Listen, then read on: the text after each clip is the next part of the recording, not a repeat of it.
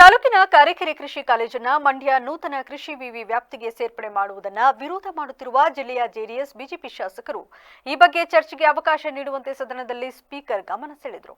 ಹೊಳೆನರಸೀಪುರ ಶಾಸಕ ಎಚ್.ಡಿ. ರೇವಣ್ಣ, ಶ್ರವಣಬೆಳಗೊಳ ಶಾಸಕ ಸಿಎನ್ ಬಾಲಕೃಷ್ಣ ಹಾಗೂ ಬೇಲೂರು ಶಾಸಕರು ಹಾಸನ ಕೃಷಿ ಕಾಲೇಜು ಬೆಂಗಳೂರು ವಿವಿ ವ್ಯಾಪ್ತಿಯಲ್ಲಿ ಉಳಿಯಬೇಕು, ಈ ಬಗ್ಗೆ ವಿಸ್ತೃತ ಚರ್ಚೆಗೆ ಅವಕಾಶ ನೀಡಬೇಕು ಎಂದು ಮನವಿ ಮಾಡಿದರು. ಎಚ್.ಡಿ. ರೇವಣ್ಣ, ಚರ್ಚೆಗೆ ಅವಕಾಶ ಕೊಡಿ ಎಂದು ನಿಲುವಳಿ ಸೂಚನೆ ತಂದಿದ್ದೇವೆ.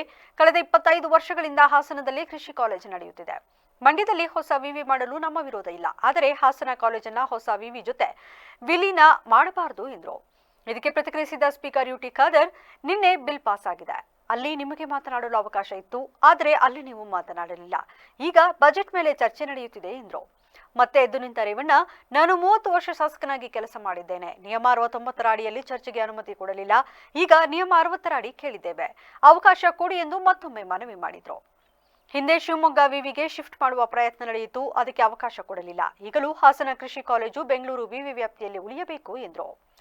ಹಾಸನ ಜಿಲ್ಲಾ ಉಸ್ತುವಾರಿ ಸಚಿವರು, ಕಾನೂನು ಸಚಿವರು ಇಲ್ಲೇ ಇದ್ದು ಎಲ್ಲರ ಸಮ್ಮುಖದಲ್ಲಿ ಚರ್ಚೆಯಾಗಲಿ ಎಂದರು. ಇದಕ್ಕೆ ದನಿಗೂಡಿಸಿದ ಬಾಲಕೃಷ್ಣ ಇತರರು ಚರ್ಚೆಗೆ ಅವಕಾಶ ಮಾಡಿಕೊಡಿ ಎಂದರು.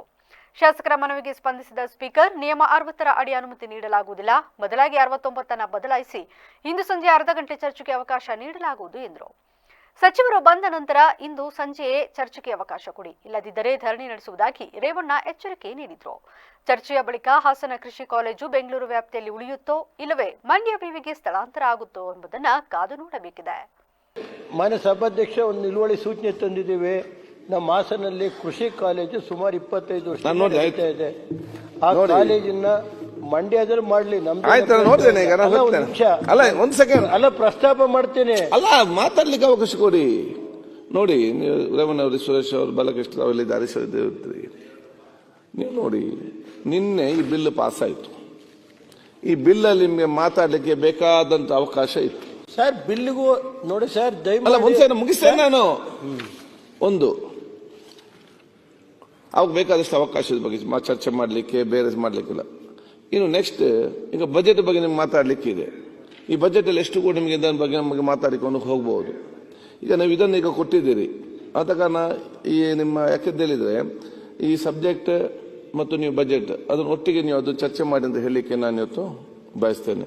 ವೇದವ್ಯಾಸ್ ಕಾಮತ್, ಈಗ ಮಾನ್ಯ ಸಭಾಧ್ಯಕ್ಷರೇ, ಬಡ್ಜೆಟ್ ಅಲ್ಲಿ ಮಾತಾಡೋದು ಗೊತ್ತಿದೆ ಅಥವಾ ಎಲ್ಲ ಇದು ಗೊತ್ತಿರಬೇಕು. ನಾನು 30 ವರ್ಷ ಶಾಸಕನಾಗಿ ಕೆಲಸ ಮಾಡಿದ್ದೀನಿ, ಅದನ್ನ ನಾನು ಹೇಳೋದು. ಆದ್ರೆ ನೋಡಿ 69 ತಂದ್ರು ನೀವು 3 ದಿವಸ ಬಂತು ಅಜೆಂಡಾದಲ್ಲಿ, ಅದನ್ನು ಅಲೋ ಮಾಡಲಿಲ್ಲ.